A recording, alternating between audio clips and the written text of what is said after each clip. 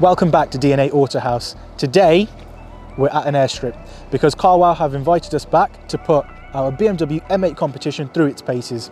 Today it's going to be going up against the best and newest of its German rival counterparts, so stay tuned to see how it does.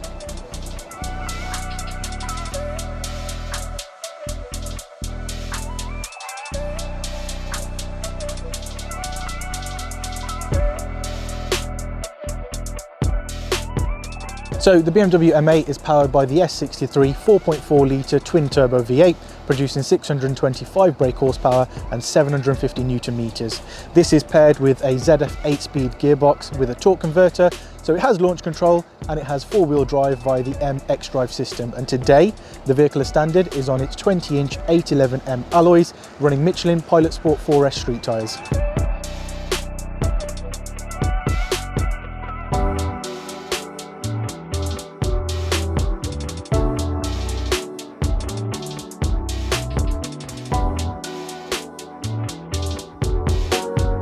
And here's the first car that we're going up against today, the all-new Mercedes SL63 AMG.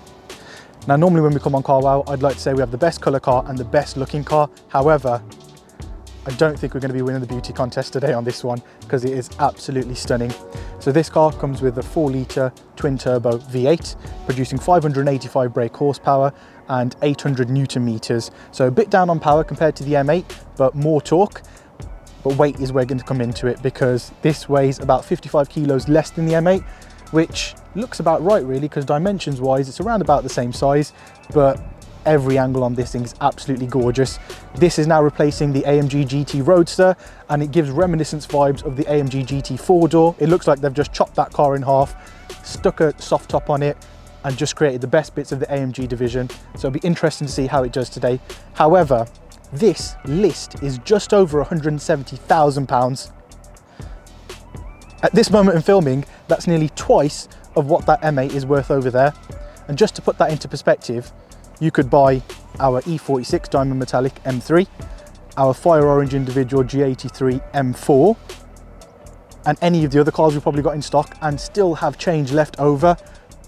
So let's see how it performs and see if you think it's worth twice of what the BMW M8 is.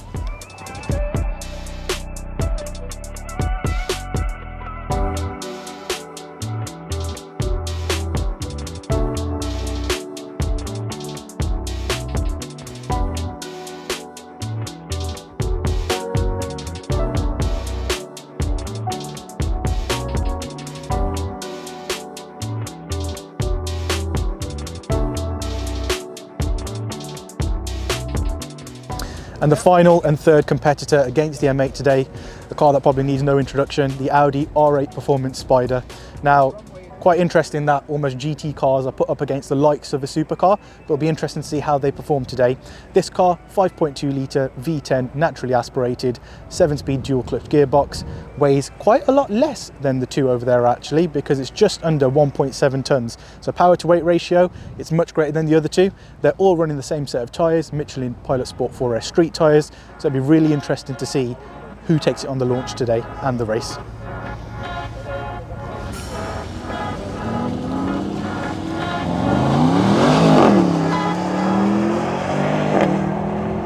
We're here with the infamous racing car Sam. Now, he won't mind me saying this, and I don't mind when anyone cares. He's probably one of the best launchers on the channel. And to be fair, it's not fair because you always get shafted. They put you in the slowest car, and I think there's a reason. I think they think of you quite highly with your driving prowess and potential. So I don't think it's the slowest car. We normally do it in cars that have not the best launch systems, okay, or tyres might be really sporty track day tyres. So it's not so much I'm always in the worst car. It's just I'm in a difficult car. That's it. Fair enough. So are you familiar with the power of the three here? Yeah. So I raced GT3 and the GT4 version of that. Wow. So although it wasn't a convertible, that would be quite a cool thing. Yeah, of course. I've known Beamers forever, and the power of the Audi is just synonymous. Yeah, I mean, how a GT car can almost compare to supercar of these days is quite phenomenal, isn't it? It's crazy. What do you think is going to win? Well, I just did a practice run in that Merc, and when you switch everything off, I think it's going to be good. And other than the delay when you come off the pedal, it's quite fun. Interestingly, with OPFs and everything these days, that sounded quite meaty compared to the M8. You can't beat a V10, that's out of the question. Obviously, I think hands down, obviously it's going to win Correct. the sound test, but it does sound good. And although obviously a little bit down on power, horsepower, a little bit lighter than the M8, so it'd be really interesting. I think it's going to probably come down to the launch. It will come down to the launch and how each system delivers their four-wheel drive launch systems. So sometimes if they detect wheel spin, they can cut too much power. Sometimes they don't really care about the wheel spin and they give you too much and you spin up. So it's down to the cleverest systems, really. Interesting. I would say best of luck, but you're in the competition against our competition, so I hope you lose, but good luck with it all. I'll do my best to lose. Thank you very much. Thanks for joining us, Rory. The only person we would allow to race our BMW apart from Matt Watson. M8 competition. No, I think you launch him better probably, I think. Okay, yeah, given the last one in the M5 Where anyway. is he? I want him to No, he's away. I'll sit in front of him as well, I'm not ashamed. Yeah, given how you did last time in the M5, I think it's only fair to eventually to let you. Yeah, I think possibly could be a similar situation today again. Yeah. Weather's obviously not the greatest for it. Out of the three, are you in probably your choice of the car or no? I think I am in with a very good chance. Yeah. The R8 is quite light, obviously. I think the Mercedes is down on power a little bit. But no, I'm confident with the chances. Yeah, like you say, there's lots of buttons to press in BMWs, but when you get it right and it's feeling like doing its thing, they are rapid. So yeah. Absolutely.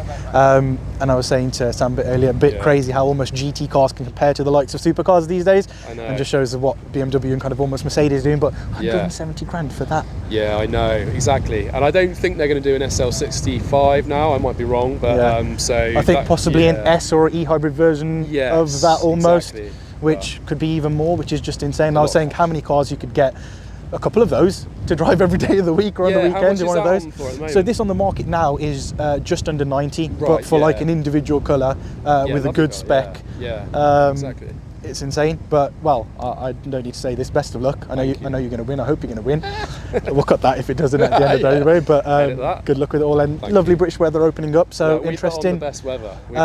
And I think I heard Matt saying possibly about a roof down race in this weather. So what we'll do is go, I wonder if it's different if you have the roof down because of drag and stuff. Will it make a difference?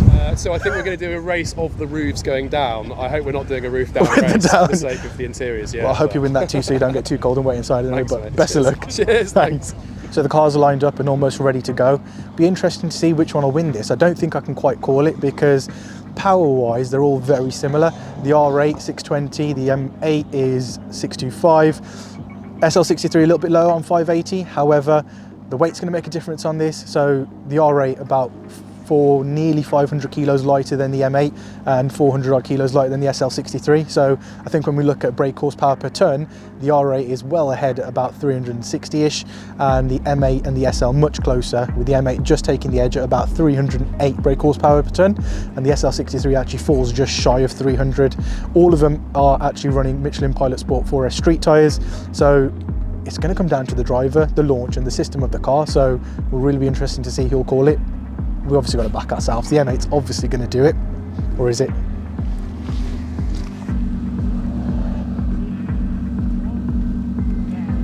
Oh, they're away. SL is not working again. Oh, it's going. Oh, this is close.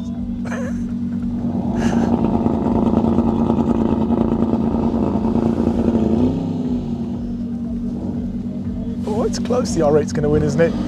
Oh, the R8's going to win. Oh, it's gone. Oof.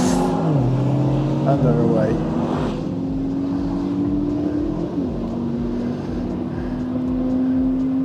I think that went pretty much how we expected.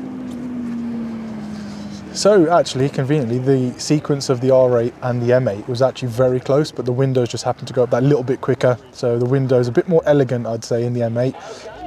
Oh,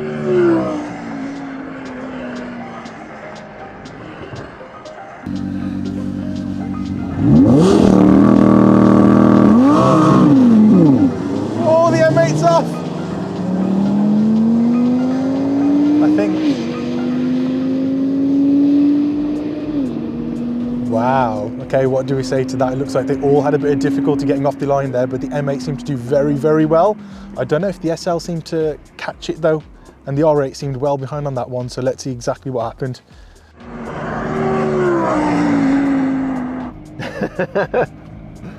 Well, I'm not happy now, am I? Mine was a lot more controlled that time off the line, but I was seriously expecting to be ahead of the Mercedes off the line, but he was there in front of me the whole time. So that was a very interesting first race. All of them seemed to bog down on the launch there. The R8 just didn't seem to launch whatsoever. The M8 did really well, really struggling for traction there.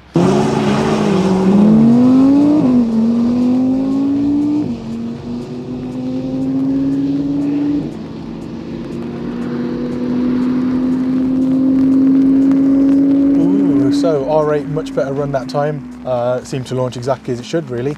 M8 is really struggling I think, for whatever reason, just squirreling off the line, having a hard time putting the traction down. Mercedes has been flawless every single time there, so really interesting, but I bet it would be a different result in the dry. I suppose it doesn't matter because it's England and it's raining.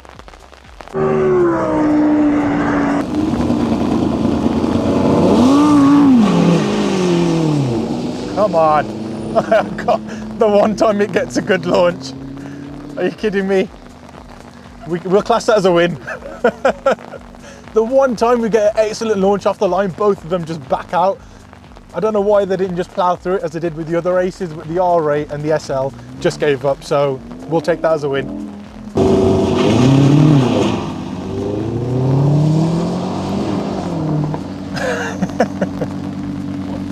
What are they doing? What are they doing? We win again, that's 2 now, that's 2 out of 2. We're not having this. For whatever reason, R8 didn't launch or didn't want to launch. SL didn't seem to get the greatest start off the line either. And the M8 wins.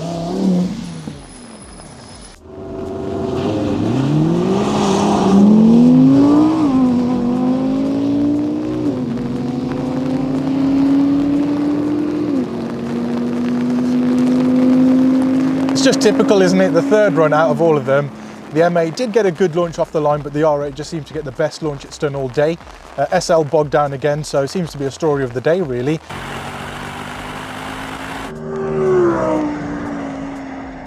Well, guys, you can't say I don't play fair. I gave everyone enough chances. Audi won, Quattro for the win, and first of all, Rory, did you come second or third? I believe I came second. That standing water is not pleasant at high speed. Move on to the rollers and see how they get on there.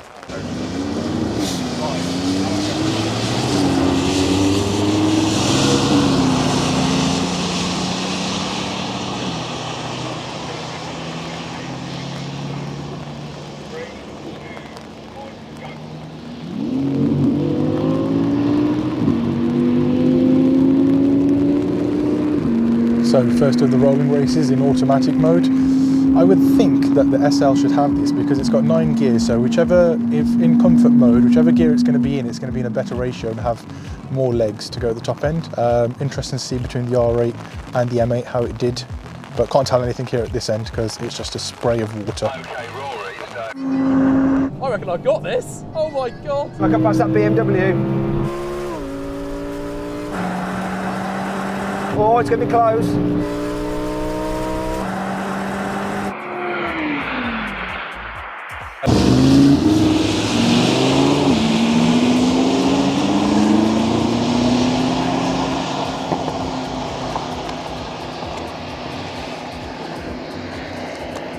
So they've just called the last of the rolling races in manual mode. I would like to hope and think on paper that the M8 should take this. All we see is just jets and spray of water, so we won't know until the mic is confirmed by Matt Watson. But the M8 held up really well considering the conditions and also how well that R8 performs. Oh my God, look at Rory go!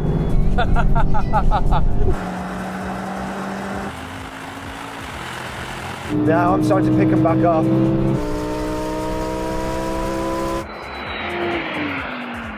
You guys have shot off with your turbo torque, and I can just see by Rory making the celebration gesture in his car. You had a little win there, didn't you, Rory? Yeah, I've been a good boy all day and watched you guys drive off into the, not the sunset, into the clouds, but I won that one. Now I'm going to brake test from 100 miles an hour. When we reach the line, full emergency stop. Whichever car stops in the shortest distance wins. Let's see what happens. Let's put this down. Oh my life. Come on, baby!